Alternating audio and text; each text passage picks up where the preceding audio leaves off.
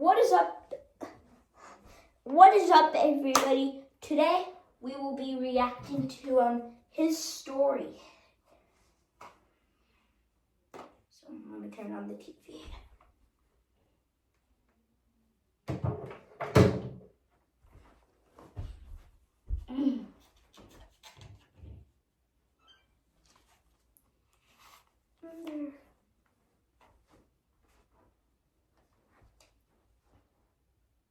Hurry up.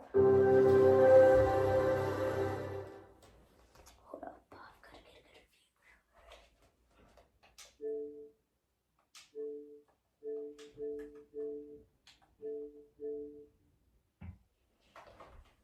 There we go.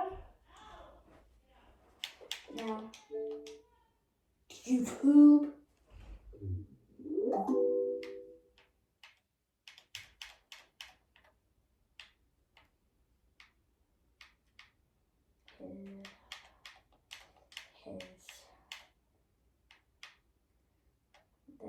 His story.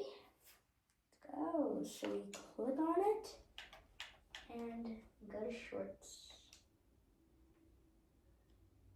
My decision to disobey my parents that night might have been the only reason we're all still alive. I had found an abandoned puppy on my way home from school. Wait, what's going on? It was all alone and shaking from the cold. I noticed it even had the same color of eyes as me. There was no possibility of me leaving it alone in that alley. The only problem would be my parents. Our last dog had just passed away, and they had said after we buried him that they weren't ready to get a new dog anytime soon. Still, I intended on showing them the dog the instant Okay. So, let's decide what's going to happen. So, A, they don't care at all. B, they spank him until he starts crying and begging for help. Or C, he gets kicked out the house. Let's see what happens. Or D, something else happens. When I entered the room, they were discussing a burglary that happened at the house next door the night before. Guys, I shouted, I found this puppy on my way home from school. It was on the verge of starving. We can keep him, right? My parents looked at each other, instantly got on the same wavelength, and shot the same disapproving look back at me simultaneously. Absolutely not, they said in unison. That thing will use the bathroom all over the house, said my dad. And it will keep us up all night barking, my mom added. And worst of all, puppies like that bite, and bite hard, my dad said with finality. I don't care where you take it, but it's not staying here. He pointed out of the room as if giving me marching orders. I took the dog up to my room, telling my parents I would call some shelters in the morning. Once inside, I locked my door and cleared out the bottom drawer of my dresser. I laid out some newspaper and placed the puppy softly down. I don't care what they say, boy. This will be your new home. I looked at the clock. It was already almost 11 p.m. I crashed into my bed and fell asleep almost instantly. Little did I know, at that exact moment, someone had cut the power to our security system and was already breaking into the side door. Oh. The only ones awake and operating inside the house. The parents need to wake up and do that. Bop, bop, bop, bop, bop, bop, bop, bop. Bam, bam, bam, bam, bam. Bam, bam, bam, bam, bam, bam, bam, bam, bam, bam, bop, bop, bop, bop, bop, bop, bop, bop. Or else, the puppy's gonna have to do it. The puppy I had brought home had just come down the stairs and used the bathroom all over the kitchen floor. As soon as the puppy had trotted into the next room, the intruder had broken the lock and was taking his first step into the kitchen. He slipped in the mess that the puppy had left and slammed on the floor, knocking off several dishes from high shelves. The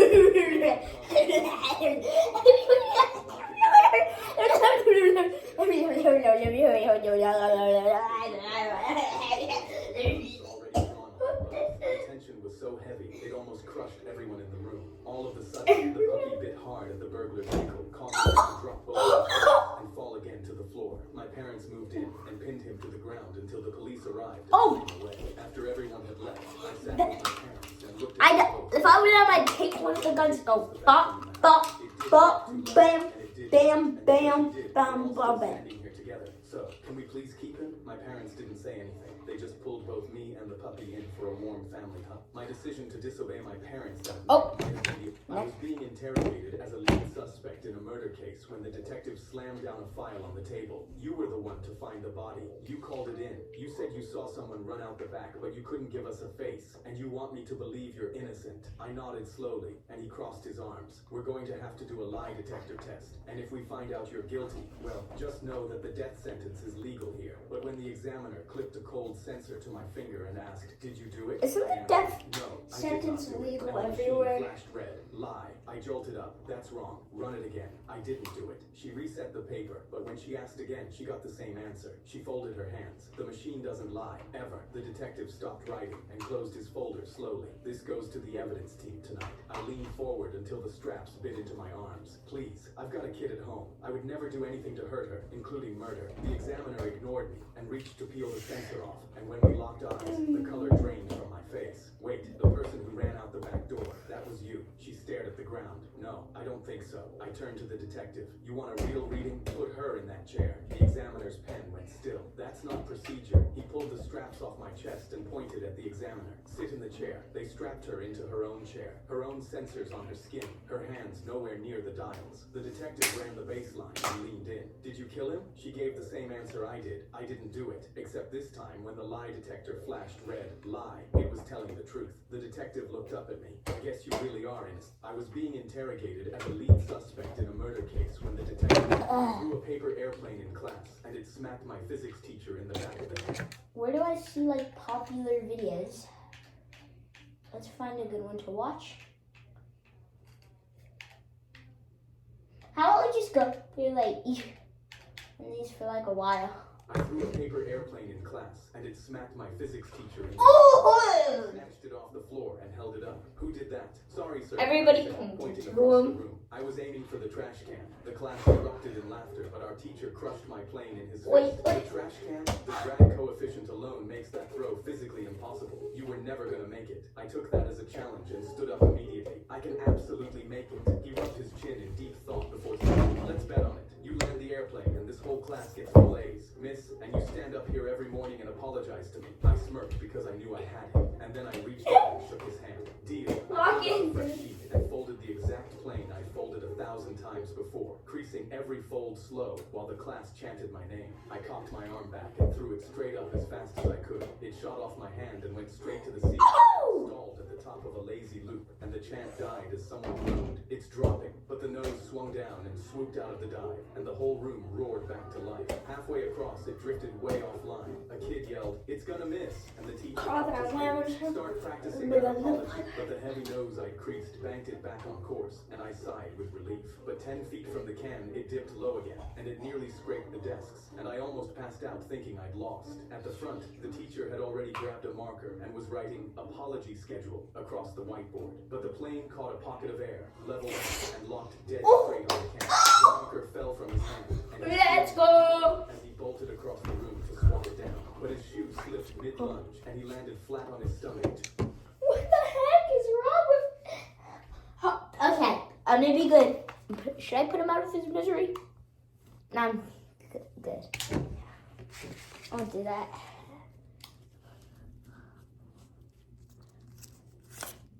New 5 gum flavor. 2 feet from the can, lifting his head to watch my plane sail over him and drop in. The class exploded out of their seats as I plucked it out and held it up in front of his face. "Sir, you're looking at the state paper airplane champion, and I was always gonna make it." He slapped the floor and called out, "Full A's, everyone gets full A." I threw a paper airplane in class, and it smacked my physics teacher. The chef slammed the plate down so hard, sauce sprayed across my apron. "What is this garbage? Take it back. We don't serve this here." The dining room went quiet. A man at table 6 didn't even look up. He'd been writing in a notebook all night, holding his wine glass up to the light. Whoever he was, the chef hadn't noticed him yet. I took the plate back without a word. The kitchen doors hadn't stopped swinging before he started up again. 20 years I've cooked for billionaires, and you can't smear sauce straight. He grabbed a towel off the counter and threw it at my chest. I trained at the French Laundry. You're slop in an apron. The other other cooks kept their heads down. He pushed back through the doors, still ranting, and a couple at table 4 set down their forks. The man at table 6 hadn't even put his pen down. The chef stopped at table 6 and turned on his charm in one breath. "How is everything tonight, sir?" The man set down his pen and looked up for the first time all night. "Your line cook's plating is the best thing I've eaten in 6 months. Your behavior is the only thing failing tonight." The chef opened his mouth and nothing came out. The man closed his notebook and stood. He pulled a press ID from his jacket and tucked it back in. "I'm the food critic for the Times. The piece runs Sunday. The headline writes itself. Sunday morning, the review hit with 1 star, and my plating got its own paragraph. 6 months later, the line at my restaurant runs down the block. His place sits dark with a for-lease sign in the window. The chef slammed the plate down so hard, I threw a paper. The chef. I was doing scuba with 80 kids from my new school when my parents and grandma pulled into the driveway. I completely froze because this secret party was my one shot at being popular in my new school, and they were home early. I jumped off the table so fast I nearly rolled my ankle. My mom walked in with my dad behind her, and their heads immediately turned to a girl throwing up in the new houseplant and a kid peeing in the hallway corner. I screamed, "Alexa, stop the music!" My dad raised a finger, and everyone went still. "The party can keep going, under one condition." I nodded so hard my neck hurt. I was ready to do anything. He pointed outside. "Grandma's in the car. Tonight, she parties. With all of you." My eyes widened because I had no idea why my parents wanted my grandma to party with a bunch of high schoolers. Before I could say anything, a chant started near the couch. "Grandma, Grandma!" I went to open the front door, and my 4'8" grandma immediately walked in wearing thick sunglasses. Wait, she's 4'8"? What the? She handed me her tin. "Hold my cookies." She shook the nearest kid's hand like she was running for mayor. "Doris, you can call me D." She pulled the aux out of the DJ kid's hand and started playing Drake. Finally, some good shit. I walked up to my mom. "Mom, what is going on?" She whispered. "She sold her house yesterday. She spent 50 years in one town." Her voice went soft. "With Grandpa gone, we couldn't let her first night with us be a quiet one." By midnight, she was up on my kitchen table with 80 kids screaming, "D, D," instead of my name. 3 weeks of lunch alone, and now the whole school knew exactly who I was. Dee's grandson. I was doing scuba with 8. I was riding in the back seat with my dad when a cop car stopped us. My chest instantly went cold because we had a huge bag of white powder under the seat, and I knew this meant Dad would be shot or taken to jail forever. Whoa! I grabbed Dad's arm and screamed, "Run!" I tried to open the door. What do you mean there's white powder? Son, it's just a stop, and rolled his window down. My legs trembled as the cop leaned in. I knew I needed to do whatever it took to keep Dad free, so I immediately yelled, "My dad didn't do anything. Take me instead." I held my hands out to be cuffed, but the cop just laughed at me. "I'm only talking to your dad." I felt sick because I remembered what only talking in mafia movies meant. I grabbed the bag of white powder from under the seat and held it up. "It was me, officer. This is mine, not my dad's." The cop adjusted his hat and immediately told my dad, "Sir, can you step out of the vehicle?" My dad looked at me with a clenched jaw and angry wide eyes, then reached for the door handle. That's when I lost it. I screamed, "No," and grabbed his shirt with tears in my eyes, but he pulled my hand away. I panicked and looked at the center console, then realized I only had one option left if I wanted to save my dad. In one swift motion, I unbuckled my seatbelt and leaped onto Dad's lap. I pushed the gear stick forward and rammed the accelerator before he could react. The car took off and Dad yelled, "What are you doing?" I replied, "Saving us." But when I swerved, I wasn't quick enough. Our car rammed into the officer's cruiser. Oh, you're gonna... The bag of powder exploded and covered everything. I stared ahead with my hands on the wheel, and Dad pried them off the gear stick. "Do you know what that white stuff was?" I shook my head, and he told me to taste it. My eyes widened as I licked my hand. "It's flour? It's flour, son, not anything else," my dad yelled. "Now I'm actually going to jail because of you." He stepped out, and I saw the cop pulling out handcuffs. I panicked and ran towards the officer. "Take me instead." I was riding in the back seat. I'm walking through a street in Vietnam on holiday when I notice a little kid eating Doritos, but when I look closer, I drop to my knees because something is seriously wrong. His mom is next to him on her phone. An old man is feeding pigeons, and nobody sees the covered-up landmine under the kid's shoe, set to explode the second he lifts his foot. I rush over and crouch slowly so I don't scare him, my heart pounding. He lifts his head and smiles with orange fingers. I tell him, "Hey buddy, please listen and don't move a muscle. Just look down." He looks, and his face instantly crumples as he starts screaming. The bag of Doritos drops from his hand, and when his mom notices, the color drains from her face, and she backs away. The old man stumbles back, while the kid cries, "This can't be real," as the landmine glows red under him. I panic, sweat beading, Move! wondering how to to get him to safety when any movement results in his eternal sleep. That's when a crazy idea comes to me. I stand up and flail my arms. Don't I move. need help. Over here. People look and realize what's happening, grabbing their heads in horror. But I just shout the plan, my voice steady. Strangers start scattering, sprinting into apartment doorways and restaurants, then running out with knives. They swarm the biggest tree around while the kid hyperventilates, his foot rattling. But then a pigeon waddles over. I notice the breadcrumbs on the landmine, and my chest goes cold as the pigeon hops right on it. It starts shoving its head at the kid's leg to get the crumb, and the kid shrieks. He jerks his knees, screaming, "I'm afraid of pigeons," and I watch his heel start to lift off the dirt. The mine beeps louder, ready to explode. I dive and swat the bird away, and the kid stomps his foot back down and sobs. That's when the crowd comes running. They're all carrying a branch thick as my leg, and line it up right over his foot. I grip the kid's shoulder and tell him to breathe as they lower the branch onto the mine. The second it settles, I say, "Now," and watch with my teeth chattering as the kid slowly begins raising his foot. His shoe lifts. I brace, and nothing happens. The branch holds the mine. The kid trembles and scoops up his fallen bag of Doritos, shoveling them in his mouth with shaking hands to calm down. I back away from the branch on the mine and look around at all the strangers who risked their life to help. I'm walking through a street in Vietnam. I was sitting in one of those bars in Thailand where strangers box each other for money and was just here to watch. But then I felt liquid pouring down my back. I turned and saw some guy with a belt around his waist holding an empty glass, red in the face. "Watch where you're going, hole." I wiped my shirt and told him he was the one who bumped into me, but he instantly shoved me off the stool. "No, I didn't, but since you disagree, let's fight it out."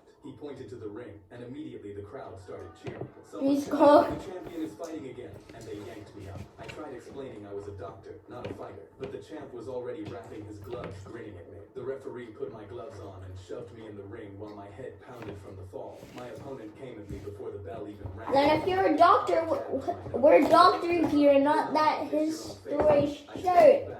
At least we're the doctor his story outfit. Spilling my drink. I'm only getting started. I tried telling the ref I wanted to quit, but I wheezed and could barely get the air out. Walk in. While I wasn't looking, I dropped to the ground and he leaned over me. "Have you ever even saved anyone, doctor?" 5. The referee wouldn't stop the fight. 4. My opponent went to punch the back of my head while I was on the ground, but that's when a small child ran into the ring. "Dad!" He quickly tugged my opponent's shorts and pointed outside the ring while crying. "Mommy is shaking again." I opened my swollen eyes as much as I could and saw a woman on the floor by the counter, blue in the face and not breathing. My opponent's face fell, and he instantly started tearing off his gloves, his hands trembling. He ran over and dropped to her. "Honey, please stay with me," he screamed. "Someone do something." But everyone just watched. That's when I got up. Everything ached, but I stumbled over and knelt down, my head pounding from the punches. I took one look and knew she had 1 minute before she suffocated. So I snapped my fingers and held out my hand. I know what to do. Knife and a straw. Now, my opponent instantly slapped both into my palm. I cut a small opening low on her throat and slid the straw inside the small incision. Oxygen instantly filled her airways, and her chest started rising again. Her eyes flew open, and the kid threw his arms around her. "Mom, you're alive." My opponent began sobbing, pulling me into his arms. "I'm sorry, you're not just a doctor. You're a hero. You saved my wife's life."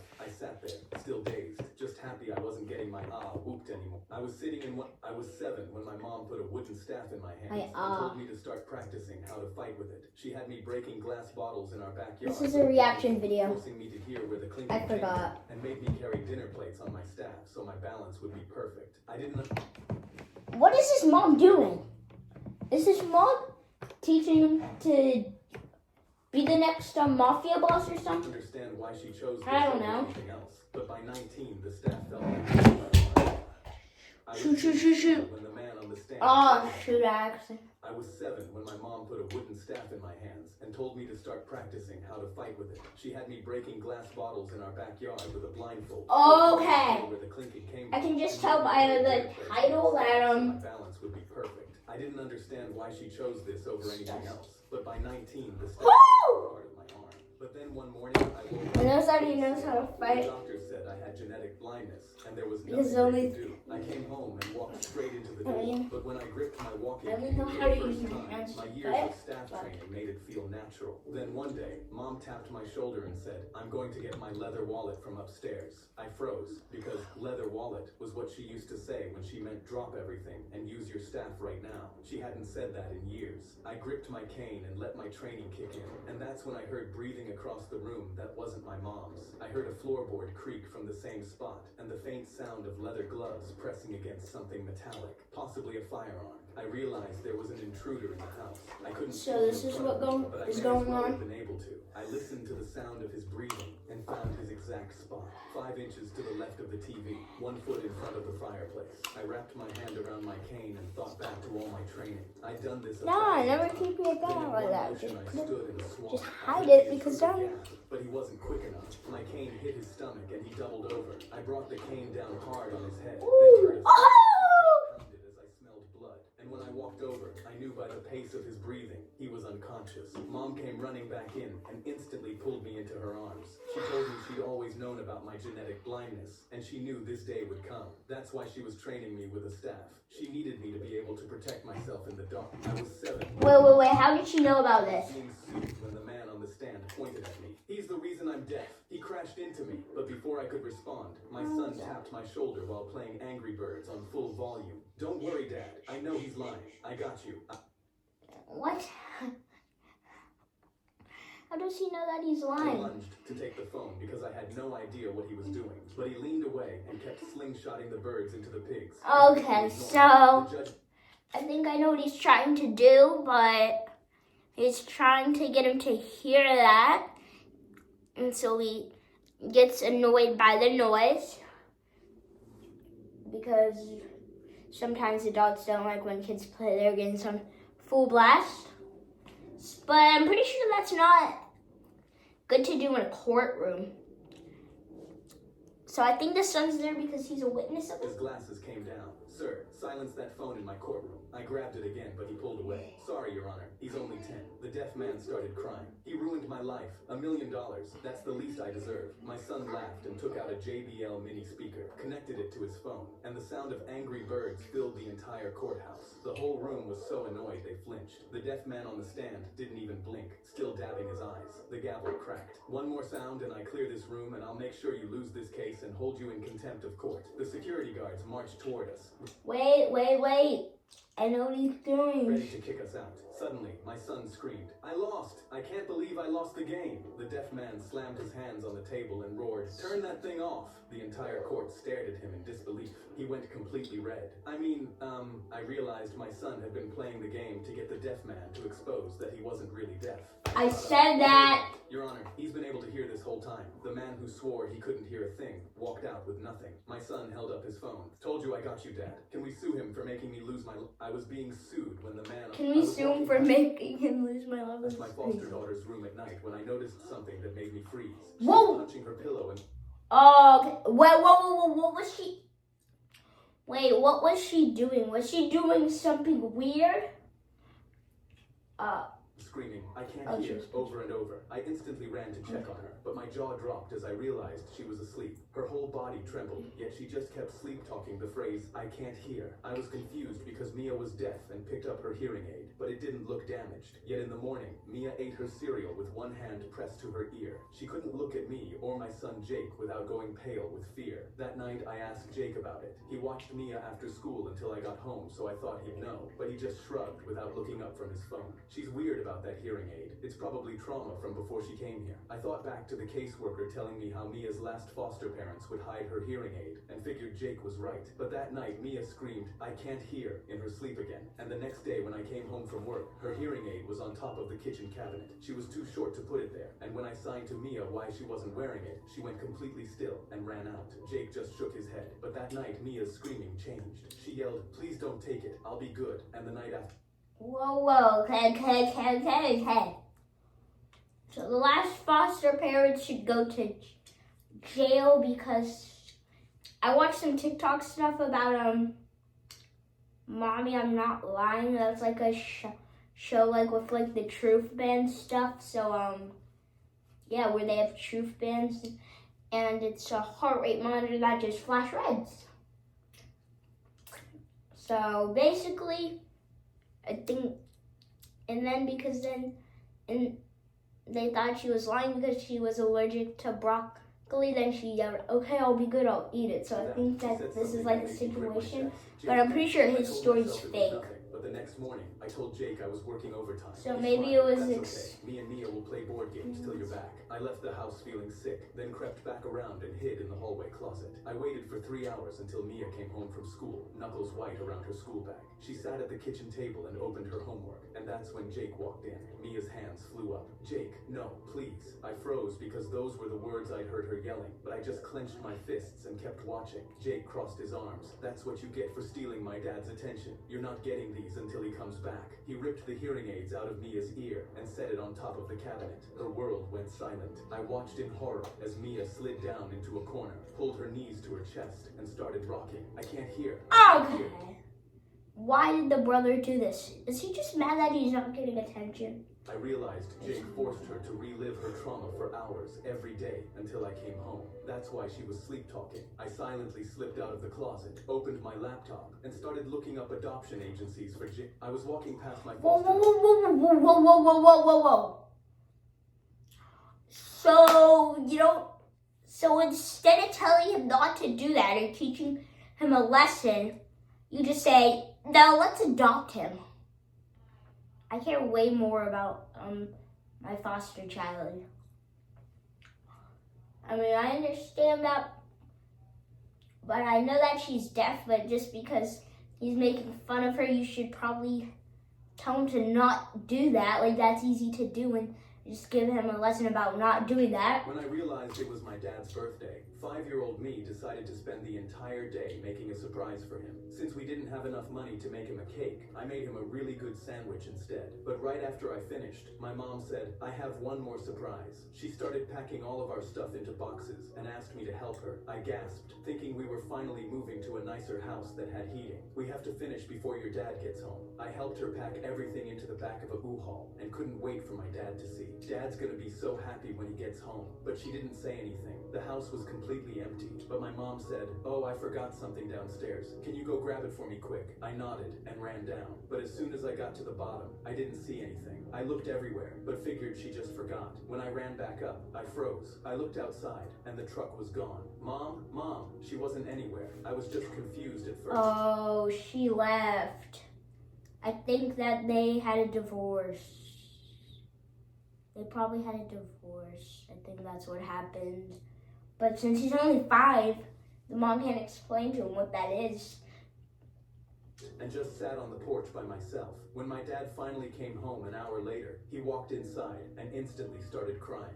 She abandoned us and took everything. But when he looked at me, I handed him the sandwich I made for him. He sat next to me and tried not to let me see him crying. When I realized it was my dad's birthday, I was at the jewelry store picking up the engagement ring for my girlfriend when a man ran into the store, slapped a wad of cash on the counter, and pointed at my ring. I'll pay double for that ring. Right now, that ring cost me my whole savings.